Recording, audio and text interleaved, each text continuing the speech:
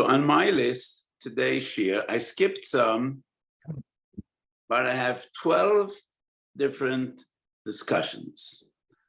But all are based on the same fundamental principles. So I think this is a fascinating discussion. Going back to the oldest ancient methodology until the most modern technology. And it is just a fascinating study of the relevance of halacha, of how halacha adapts throughout the ages, and how the fundamental principles of halacha are relevant in a changing world. So we start off with people that have too many mice at home. So the Gemara Tzadik Zayin Amud Aleph, and Reb Shlomo, we have a good print of Bava Metzia Tzadik Zayin Amud Aleph. We do. Let's get the master on, please. The master. Here we go. Tzadik Zayin Amud Aleph. Hahu Gavra. So he landed a cat, probably a very vicious cat, an aggressive one, because many cats today are afraid of mice. You know, cats today are pampered, they're mefunukim. Even alley cats, street cats, eat garbage. They no longer chase mice. But as the Gemara tells the story,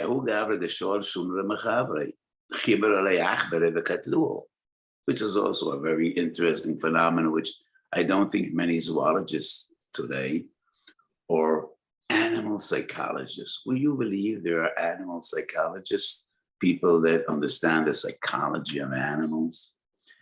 So I don't think we know a case in which the mice developed a strategy and they all came together to kill a cat. But that's the story told in the Gemara. Is that Melacha or not? So Rav Ashi is mesupik. Ki Melacha dami yolo yomer Rav Mordechai Rav Ashi ocham Rabbi Memagun yemishmei derav Gavre de Nashe Kadlu lo dina v'lo daina. So he says v'derech Moshel is like a warrior, and the woman killed him. So what's the maskana? The Torah brings, the Rambam paskins, Meisa Machmas Melacha.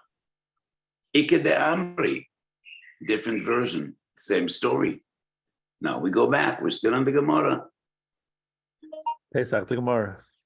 We're still in the Gemara, we didn't finish the sugi yet. Ike de Amri.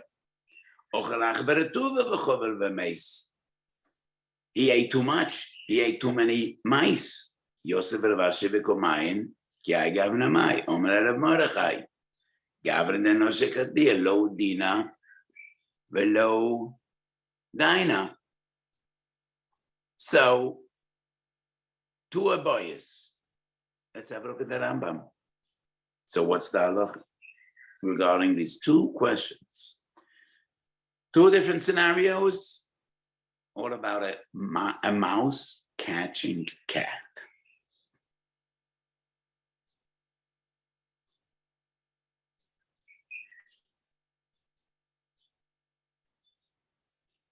We go down. We go down.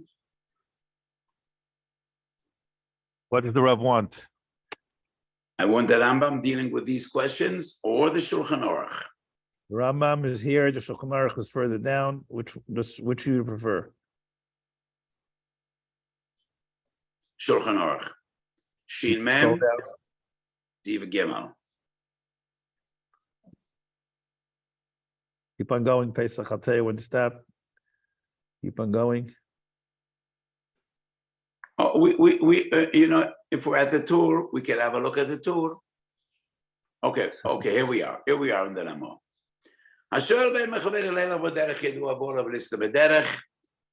We discussed that last week. So,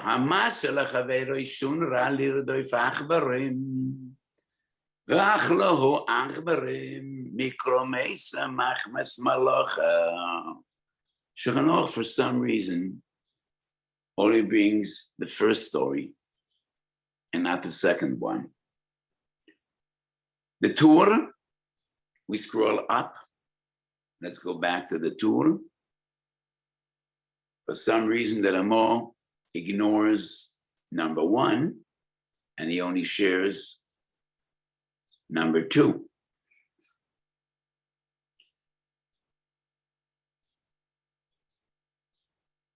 Let me get up a moment. I want to take my Tur out.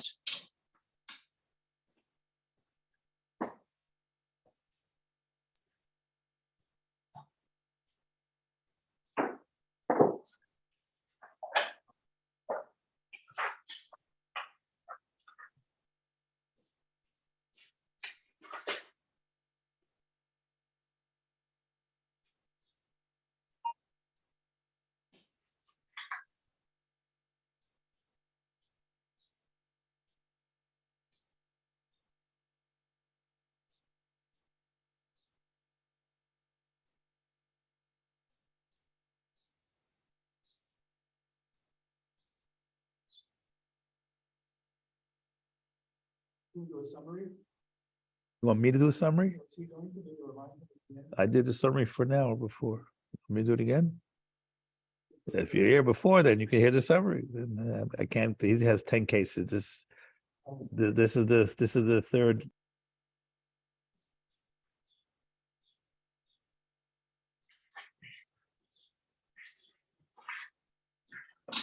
So, when the Torah discusses the question of a person that borrowed an animal, and either animals or robbers befell him, and they killed that animal, is it Maxמת Melacha or not? The Machlek is between the Ramah and the Rosh that we discussed last week.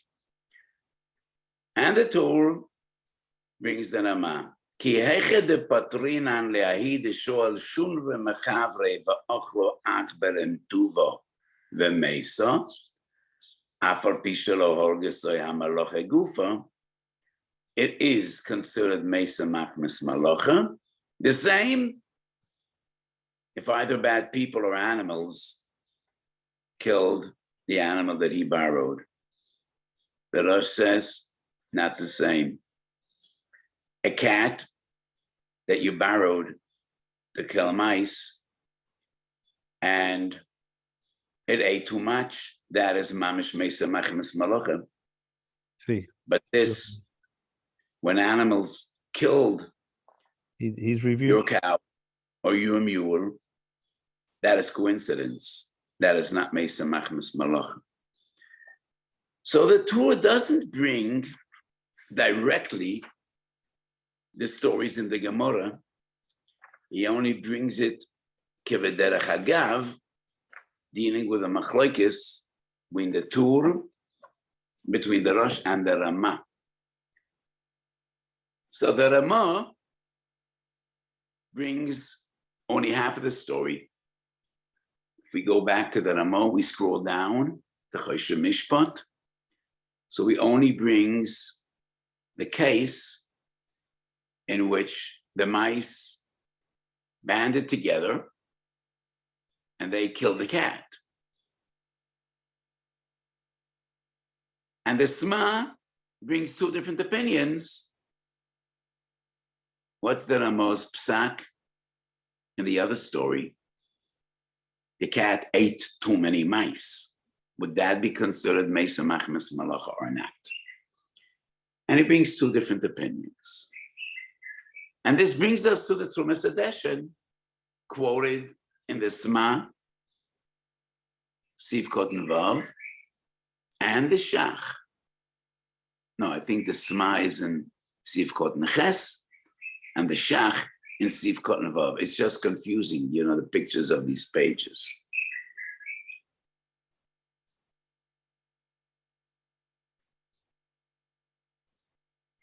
Yeah, so let's have the beginning of the Sma.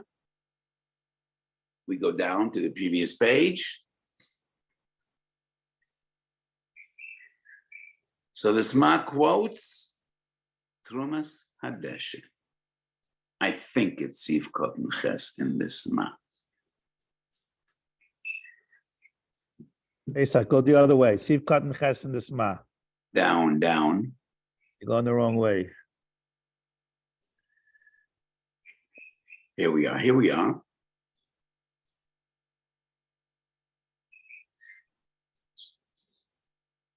We need the beginning of this ma. Previous page. Okay. אכלו עכברים בלפני כמה, אפילו אכלו של עכברים טובה וכון המייס גם כן פוטו, מייס מחמס מלאכה. And this ma deals with the question, why doesn't the Namo deal directly with both cases? So there are two different opinions.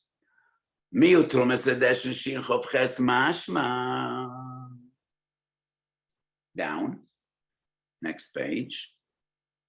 We scroll down.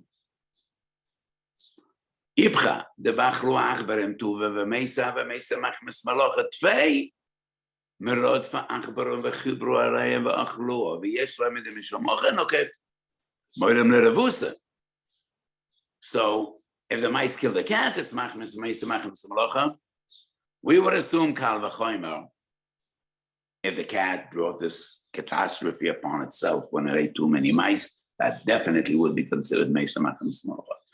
But what didn't show Caleb leilochem emasonim, v'noflu b'nei ha'ir li'ad ha'sonim v'lakhu klei zayin, mesa machmes malocha. So the Tumas Hadeshen deals with a person that borrowed weapons.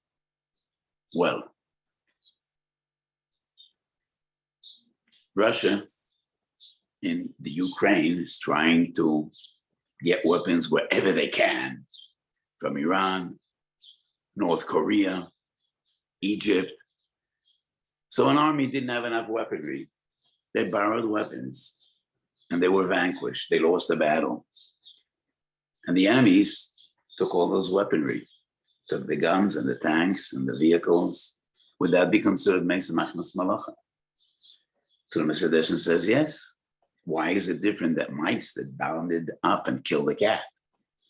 The cat did its best to kill the mice, but the mice were stronger. And if that's Mesa Machmas Malacha, would be the same in armies. The Shach says no. The cat is what you borrowed. You didn't borrow the warriors. You didn't borrow the soldiers. You borrowed their weapons. So the mashil, the lender, could say, my weapons are as good as any others. The reason you lost my weaponry is because you have lousy soldiers. They lacked the courage to fight. They weren't properly trained. That's not Mesa Machmas Malacha. So going back to the Svod of the Ramban, that the fundamental Svod of why Mesa Machmas Malacha is spoken, because it's the Pshias HaMashil, the Mashil should have told you, you know, my cow can't work very hard. My horse is a very weak horse. Take care. You can't burden it too much. So when we're dealing with weapons, the lender could say, you have lousy troops. My weapons were the best. If you would have good soldiers, you would win and I would get my stuff back.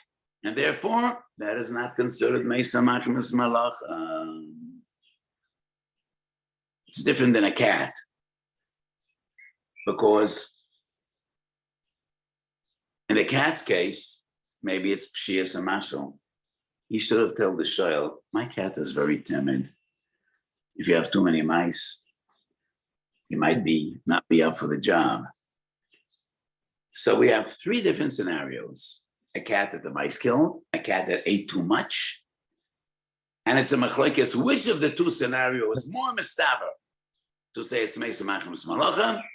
And then the story of the Tumas Hadeshen, when an army borrowed weapons, they lost the battle, and the enemy took away all those weapons. Would that be considered Mesa Machmas Malacha?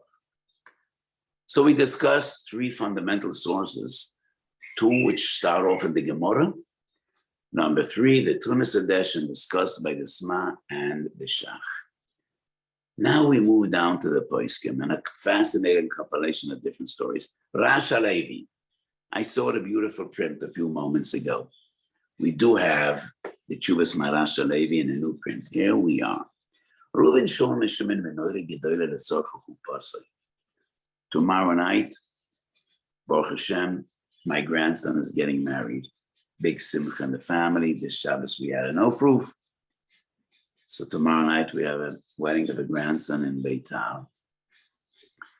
And I hope we won't experience the story that we're learning about right now. Reuven Shalom Shimon Menoire Gedoyle Letzorch HaChuppah B'Tol Weiss B'Beis HaChuppah ובאמדס תלויו כמה יומים בתוך ימי החופה נפלה מנורה שהייתה כבדה הרבה ונשברה קצת מן המנורה. So they borrowed a beautiful chandelier and they hung it on the roof.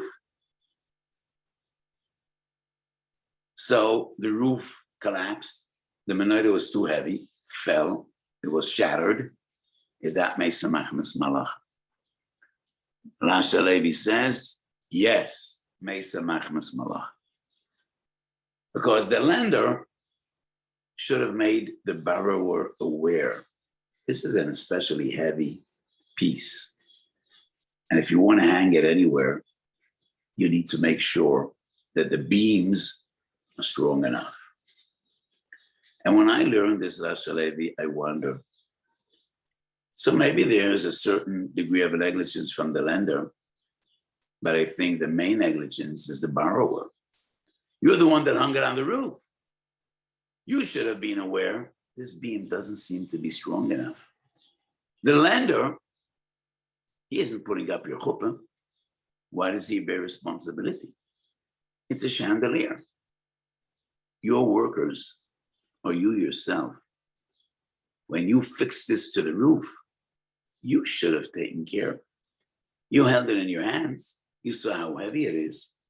Why do we place the responsibility on the lender? I wonder. I think the borrower bears far more responsibility for this negligence, because the lender isn't supposed to know what beams you're going to be using and where you intend to hang this chandelier. So why is it his responsibility? Shalas Teshuvas Yehuda Yala. Yehuda Yala is very well known to Ashkenazi Poskim as the Shalas Teshuvas of Yehuda Asad, who was a Talmud of Mordechai Benet, and he lived 170 years ago. But this is not the Yehuda Yala we are talking about, but rather Rabbi Yehuda Kobo was a Svanish Godel in Saloniki, in Turkey. And he declares this question. Let's have a look at the question at the Shaila. Reuven Hishel Shimon Mitsudach Adat Surach Barim. V'Shimon Sam Cheticha Shel Gvuna B'toch HaMelkodet. Well, it's as if the story happened yesterday. This shuv was written 200 years ago. So it's a mouse trap, and mice seem to like cheese. So he put a piece of cheese. To his bad luck, a cat tried to get that cheese, and the trap snapped shut. And as we could assume, the trap just flew apart and was broken. It's made for mice, not for cats. So the Posek, the Yehuda Kobo, paskind, Mesa Machmas Melacha. And he needs to pay no compensation to the lender, because the lender should have told him, if you had cats at home, this is not the right thing to use. It's too small for cats. And I wonder even more. If a person asks his friend, do you have a mouse trap? Why does he need to take into account if you have cats and if you have dogs? And if you have a bear at home? I mean, you asked for a mousetrap, gave you a mousetrap. Isn't it the sole responsibility of the borrower knowing that cats walk around in his place and a cat likes cheese, just like mice like cheese? It's your responsibility. If you have cats at home, you don't use a mouse trap, especially with cheese. So as much as I wonder on the tshuva of Marasha Levi, I totally disagree with the psak of Rabbi Yehuda Kobo, of Yehuda Yara, which is taking this to the extreme. And why do we always place the responsibility on the lender when it's so obvious that it's the borrower that should have taken into account? He's not deaf and dumb. So if you have cats walking your place just like mice, you can't use a mouse trap and put cheese into it. Perach Mata Aharon, once again, one of the Choshev Ashkenazi Poiskim.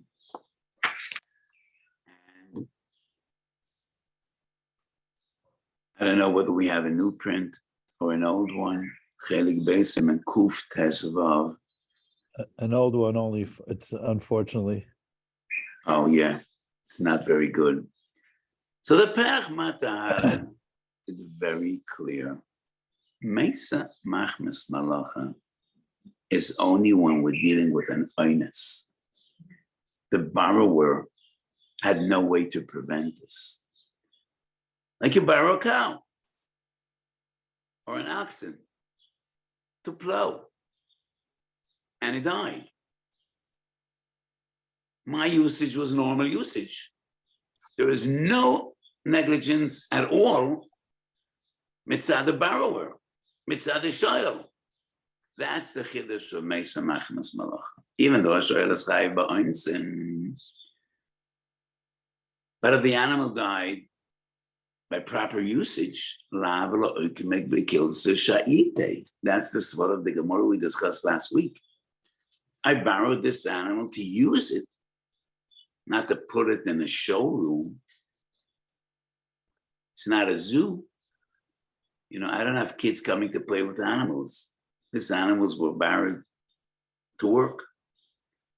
But when there's any degree of negligence of the borrower, there is no din of Mesa Machmas Melacha. And therefore, these two psukim of Rasha Levi, and even more, Yehuda Yala, are a Temi Gedola B'Yeinai. And we go from one extreme to the other. Shara Melech, Choyven HaMazik, Perek Zayin.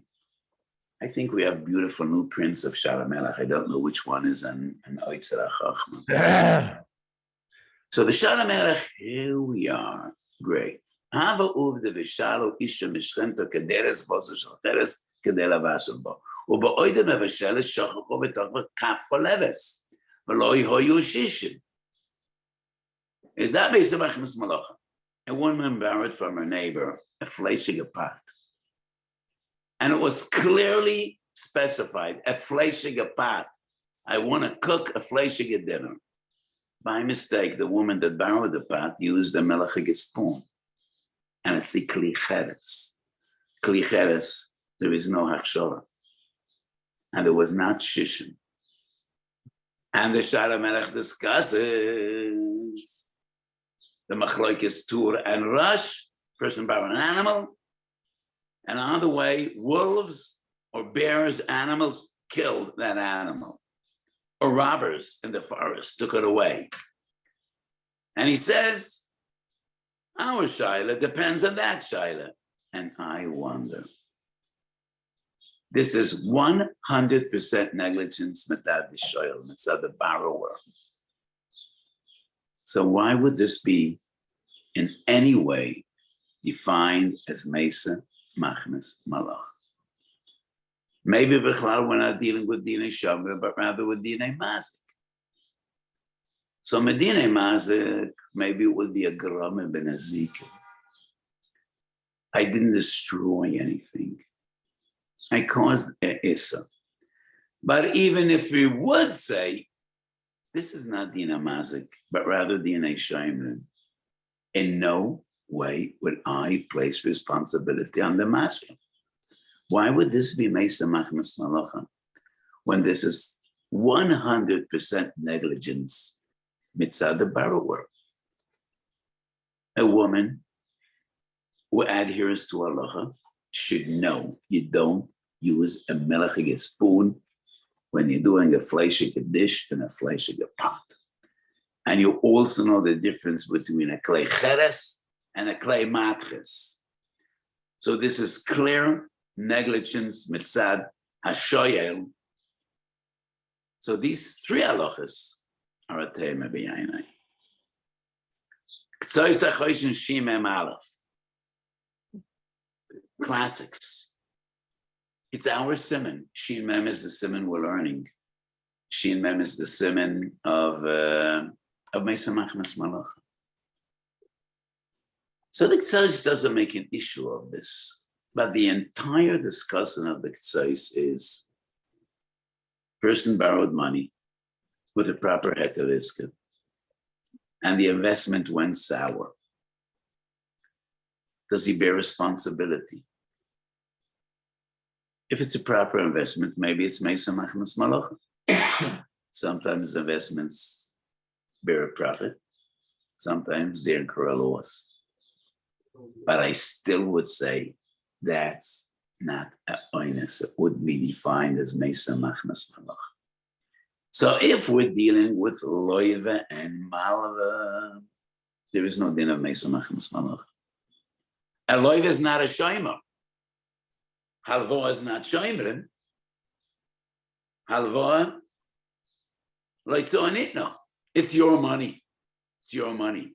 You need to pay that the money. But we're dealing with heter iska, which is based on machzah milva, machzah pekodoi. The concept of a heter iska is too complicated for me to explain it now. But the concept of a heter iska is this is not a loan, it's a pekodoi. And the profit I am paying is for the part that is a pekodoi.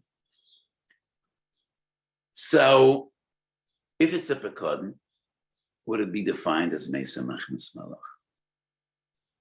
So in this case, we cannot say negligence. But on the other hand, difficult to say it's an oinus. Yes, sometimes a loss is an oinus when the markets collapse, as they did in 2008.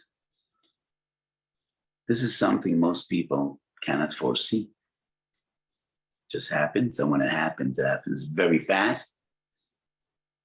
And there's practically no way to salvage your investments. But it definitely would depend on the nature of the investment. And we cannot say across the board, if I invested money and then lost the money, it's Maxמת Melacha. No. In most cases, it would not be Maxמת Melacha. In most cases, it would be some degree of faulty judgment. You made the wrong decisions, wrong investments. So the Ktsois, once again, I don't reject the Ktsois. It's not a tema like the previous three sources. Putting a melechige spoon into a fleischige dish, which is total negligence. Borrowing a mousetrap when you have cats at home and your cats like cheese no less than your mice, which is total negligence. Mitzad the shoyel, mitzad the borrower, or even the story with the big chandelier that you hung on a flimsy piece of wood that's made to hold the schach of your sukkah and some paper noise sukkah, and not made to support a heavy metal chandelier or glass chandelier. So the Ktsois is somewhat more nuanced. Shalosh Shuvas HaRav. And this is just a fascinating compilation of different shuvas. Do we have the HaRav? So this is a story that goes to Golus. Not a good print. Okay, so I'll share with you if you want to. Let's just look through the Shaila is readable. The Shaila is readable. Shaila. Let's just look at the Shaila. And this is a Godel B'Yisrael more than 200 years ago. Melech hakak chok shemechuyav kol ish לתת על ספרו חותם של המלך הנקרא סטמפל, ויינתן בעד חותם זה למלך סך, ומי שיעבור על זה ולא ייתן בו, יהיה ספר הפקר לכל מי שירצה לתלה ולעשות בו כחפצו, חוץ מהקנס. So there was a decree. I wonder whether the decree was only on Sifrei Kodesh and it was against the Jews, or it was general all the books. And there was nothing anti-Semitic about it. I don't know. We don't know from the Tshuva. But the law was every book you buy or purchase, you need to pay tax. And you bring that book to the office of the guy in charge of taxes.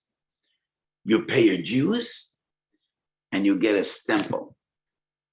You get a stamp that verifies tax was paid. And if supervisors find you anywhere with a book that doesn't have that stamp, you need to pay a penalty, and the sefer is taken away, and it's hefker. Reuven borrowed a sefer from Shimon, and he took it to shul instead of keeping it at home. And pakachim of the government came, and they checked all the books. They found this book that had no stamp, took it away. Now Shimon says, "Where's my sefer? It's a precious sefer. It's my Gemara. I want it back." Reuven says, "The government officials took it away." Are we together? Do you hear me? Pesach. Yeah, we're there. Okay. So what happened here? 1 second. He took it to. He didn't take it. He used it in his house. No, he took it to shul.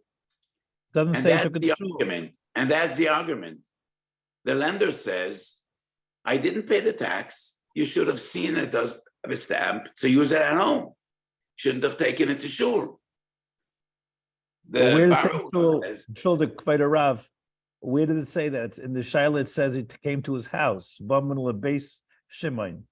I saw in the Rav's tshuva also said this. Is it in the guf of the tshuva?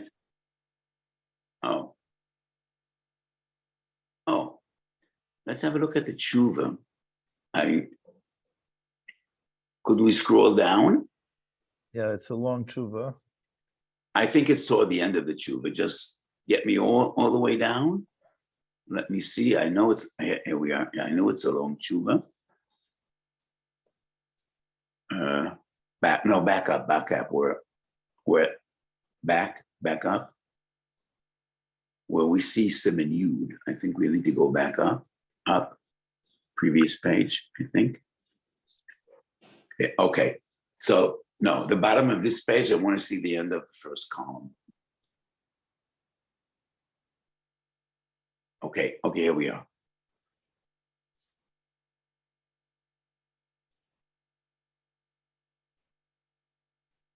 Okay, freeze.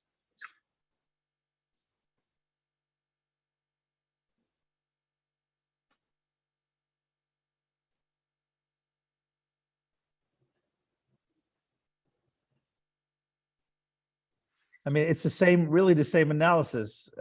Yeah, it's the same analysis. So I would say, if they came into his house, it definitely is Meisa Machmas Malocha. The Shoel says, it's your responsibility. You didn't pay the taxes. There is no negligence from my side. I borrowed the sefer to learn. But if you would take it to a public space, maybe then we would say it is the negligence of the lender, because you are aware, when you open a book, you see whether it has a stamp, and maybe you should check whether it has the stamp and you know the law. So I probably mistakenly assumed that the question was when he took it out of his house to public space. And now you just made me aware that they came into his house. And in that case, it would be reasonable to paskin that is definitely defined as Meisa Machmas Malocha. So last week, when I got on, I heard Rav Shloime, discussing the kasha of the Chelkas Yoy v'nided af nun ches. Woman that borrowed a beged, and the beged became contaminated with dam nida. And the Gemara deals with the question if 3 women were still lying in the same bed and we don't know which of them caused the stains, then each of them is potter. Why wouldn't that be defined as Meisa Machmas Malocha? And I argued in Minchas Osha, this has nothing to do with DNA Shomrim. If you borrow cutlery from a gemach Could you give back dirty cutlery, or you're expected? I mean, you use this stuff for a simcha. You're supposed to clean it before you give it back. So if you borrow a baguette and it becomes stained, and we could clean it, because the question of the Gemara is, who bears responsibility to clean the baguette? So it has nothing to do with Dinei Shomrim, Melacha. It has to do with what are the conditions in which people lend begodim, or kelim, or cutlery, or dishes, or tablecloths. My daughter Chaya, that's marrying off her son tomorrow night, has a gemach of tablecloths. You know, in Israel, there's a gemach for everything. I assume in our communities in America as well. And it's a big mitzvah. People make simchas. Every Shabbos, all the tablecloths go somewhere else. And usually the people that borrow those tablecloths clean them. And that is not Medinei Shomerim. Has nothing to do with mazik, has nothing to do with Shomerim. It's just the assumption that when you borrow something to use, you clean it before you give it back. And I think that's a milsa de pshita. So the question of the Gemara is, who is the one that bears responsibility? But it doesn't have anything to do with Melacha Melacha. An interesting story of Reb Zalman was a brother of Reb Chaim of Volozhin, one of the great disciples of the Gaon. Reb Chaim of Volozhin was one of the greatest gedolim of that dor. Now we're going to skip the Makar Baruch. And if we could go to Talmudus Adam, here we are. So this is a fantastic story. Sipeli Reb Ber, Achi Agor Achoset, Pam Achas Boilav Reb Zalman, V'yomar lo, Shala Achas Ketana, Onoichi Shoyal Miyimcho, Hashileinenu Sefer Tonah de B'Yaleyahu. V'yan Oiser Reb Ber, Im Ketani B'Einechu Gedoili Alai, Ki HaSefer הזה Yokor V'chovav Alai, ויורי אני פן יקראנו עשרים. ובכל זאת לא יכול להשיב את פני רב זלמן ריקון וייתן הספר על ידו. So obviously they didn't have Oitzar HaChochma, they didn't have Hebrew books, and Svarim were so precious to them. Could the Rav speak a moment about the Galus of Rav Zalman Volozhin? Reb Zalman was considered the biggest masmid of his generation. And there were legends told about his Bekias and his Hasmoda. He was the younger brother of Reb Chaim of Volozhin. He left no Sforim. So we really have no way to appreciate his gadlus. He died relatively young, but it is only stories told about Reb Zalman's Hasmoda and his Bekias. He was said to be Boki B'Kol HaTorah Kula. And he asked Rav Ber, could you please lend me the Tonah de B'Eliyahu? Tonah de B'Eliyahu is an amazing sefer. And in Ksuvas of Kuvav, Chazal tell us what the nature of the sefer is. It is Divrei Torah that Eliyahu Hanavi learned with one of them, Amiron, whose name was Rav Onan. So if you have a Tonah de B'Eliyahu at home, and you open it, you're going to see Tonah de B'Eliyahu Rabbah, Tonah de B'Eliyahu Zuto. Tonah de B'Eliyahu Rabbah is when Rav Onan actually saw Eliyahu Hanavi, the chush, as you see a person.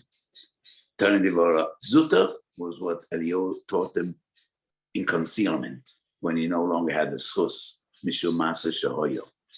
But anyway, Rav Zalman pleased with Rav Ber. Lend me the sefer. Rav Ber says, I only have one copy, and it's precious to me. And I never give it out because I'm afraid it might get lost. But Reb Zalman pleaded with them and he couldn't say no. He learned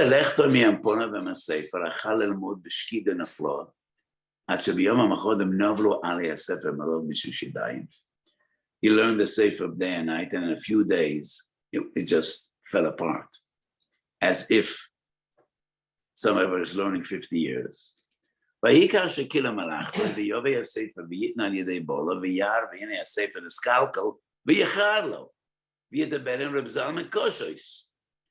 And Rav Ber was very upset. I told you how precious the Sefer is to me. I didn't want to give it away. I never give it out. And you destroyed my Sefer.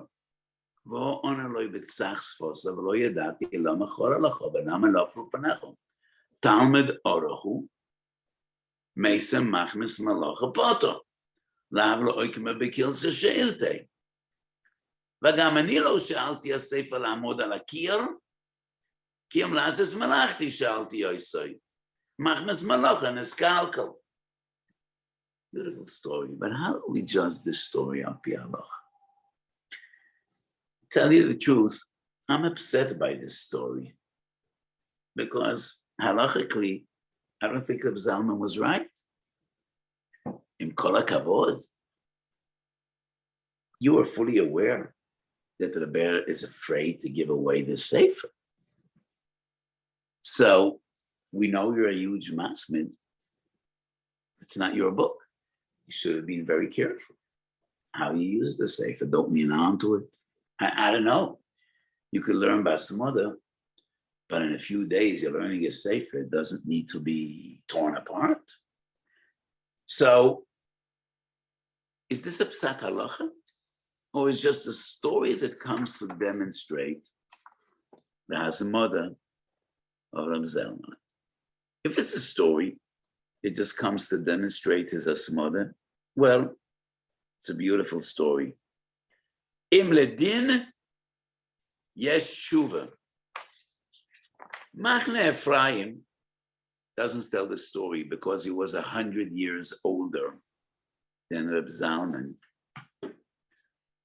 But the Machne Ephraim does deal with the question of a person borrowing a sefer, and he says, definitely wouldn't be Mesa Machmas Melacha, especially if the reasoning of Mesa Machmas Melacha is the master bears responsibility.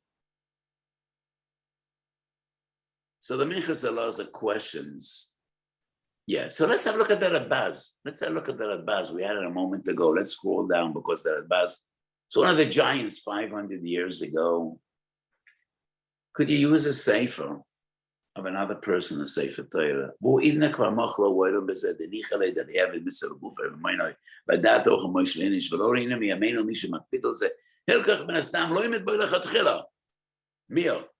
השואל ספר תורה ומחבר, סתם לא ילמד בו, אלא ברבים, לספר תורה ללמוד בו ברבים אוהבים, ודעת דרכו יש לו. So if you borrow a sefer, you could use it, you could learn in it, but as a sefer Torah, you could only read in Bismedish, because our meaning today is not to learn from a sefer Torah.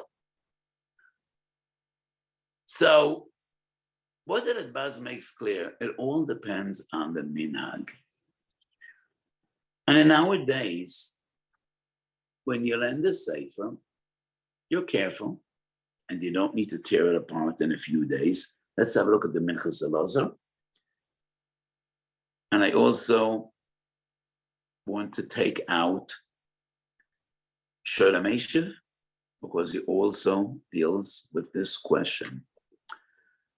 So the Minchas Elazar, the sefer told us Adam, and the Minchas Elazar is unhappy with this tshuva. And he writes Barichas. Let's have a look at the end of the tshuva, the end of Siman Ayin, after his lengthy analysis and discussion. Here we are.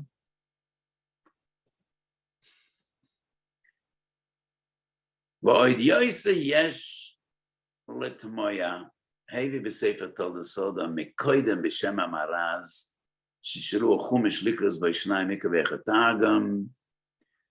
And he paskins that you're not allowed to learn in that sefer.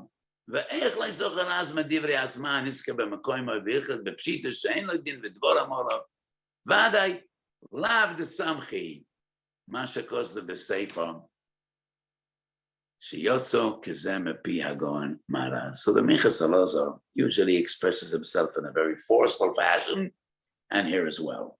He says, I don't believe the story, doesn't make sense, and has nothing to do with Mesa Machmas Melacha. And I agree with him. Let me bring a Shoel HaMeshav. I don't know whether we have it. Do we have the Shoel HaMeshav? Because no, we don't have the Shoel HaMeshav. I forgot. So I want to apologize and just walk one moment over to my Sforim Shafar and bring a Shoel HaMeshav.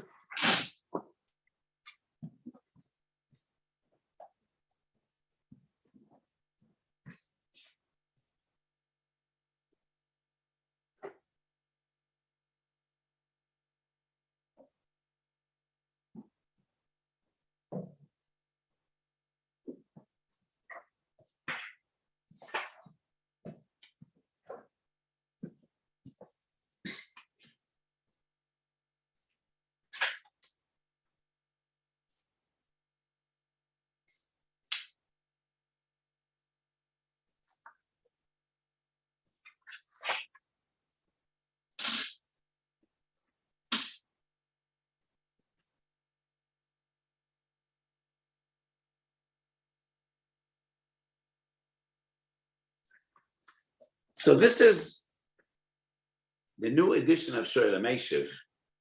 Oh, so you have the new one? No. This is not the right one. No, this is not the right one. Shoel HaMeshiv Rabbi Yosef Shon Natan's on.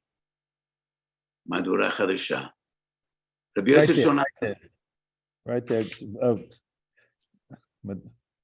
No, you had it. Madura Chadasha, my entire Mechan Yerushalayim here on the bottom, all the way in the bottom.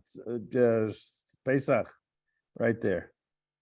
One before. There you go. So the Shoel HaMeshiv, I mentioned this many times. Shoel HaMeshiv was in my young years, my inspiration.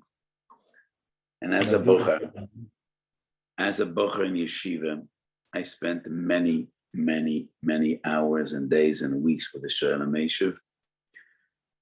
Maybe I was the biggest bookie in the Shoel HaMeshiv. Many years passed, and well, we all forget a lot.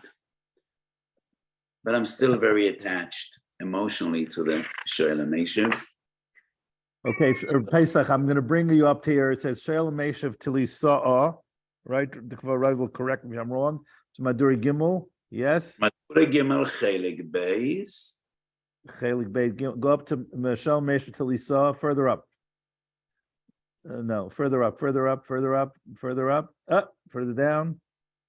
Right there. Okay. Chelik Beis.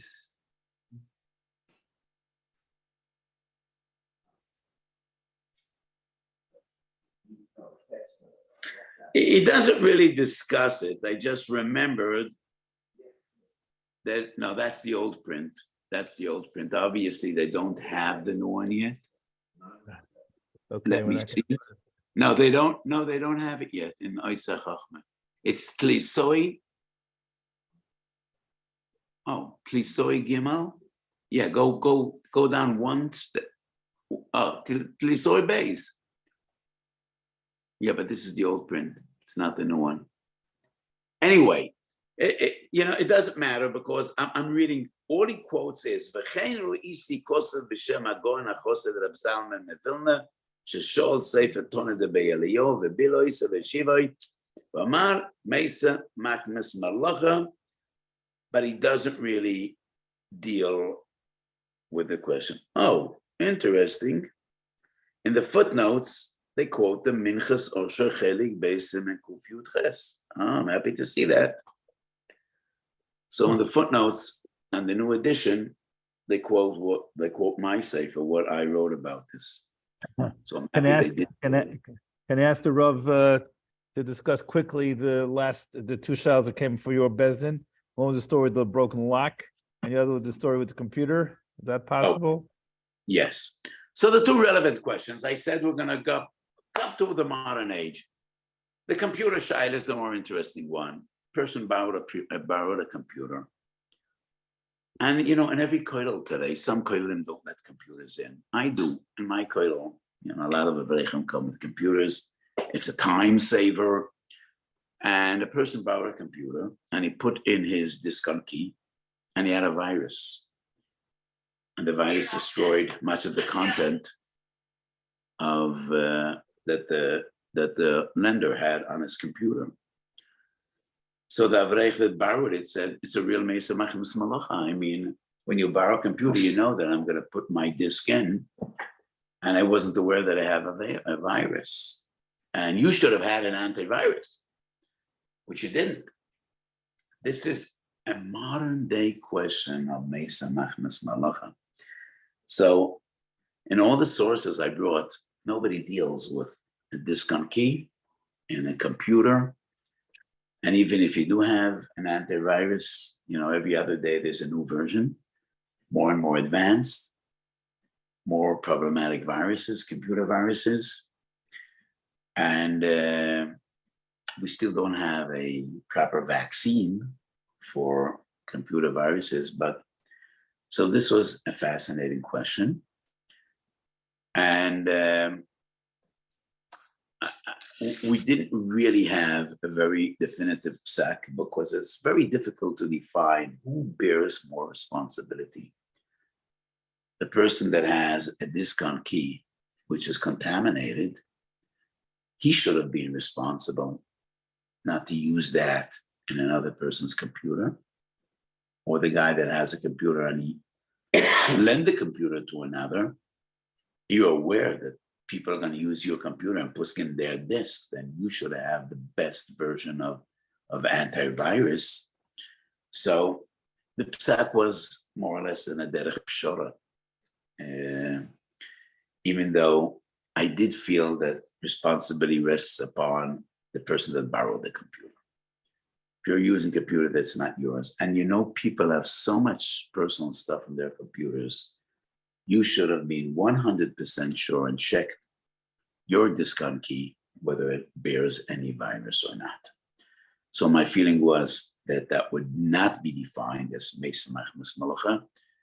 And based on the most central assumption that I try to explain today, when the borrower bears responsibility more than the lender, then that is not Mesa Machmas Melacha. And we would say that he's chayav ba'insin. So that was my feeling, but we did do somewhat of a pshara.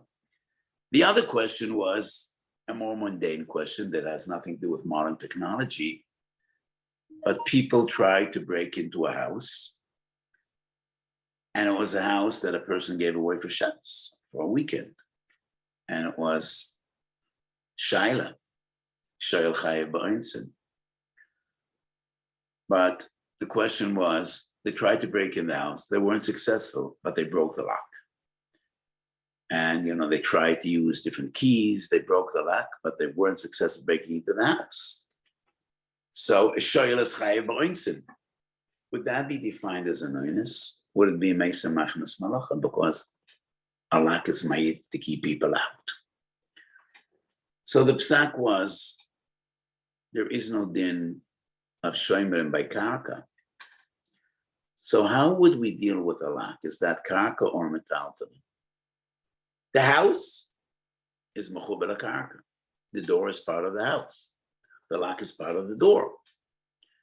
So I think the lock would be defined as karka, and there are no dinim of shomerim. If we would judge defining Mesa Machmas Melacha based on the assumption that the lock is not defined as karka, because locks are changed from time to time. Locks break, take them out, put them back in. I do think that the lock is part of the door, and the door is part of the house, and the house is defined as karka, and there are no din shomerim b'karka. If we would say there is a din shomerim, would it be defined as Mesa Machmas Melacha? I don't think so. I don't think so, because Melacha is only when you borrow something that you use as a tool.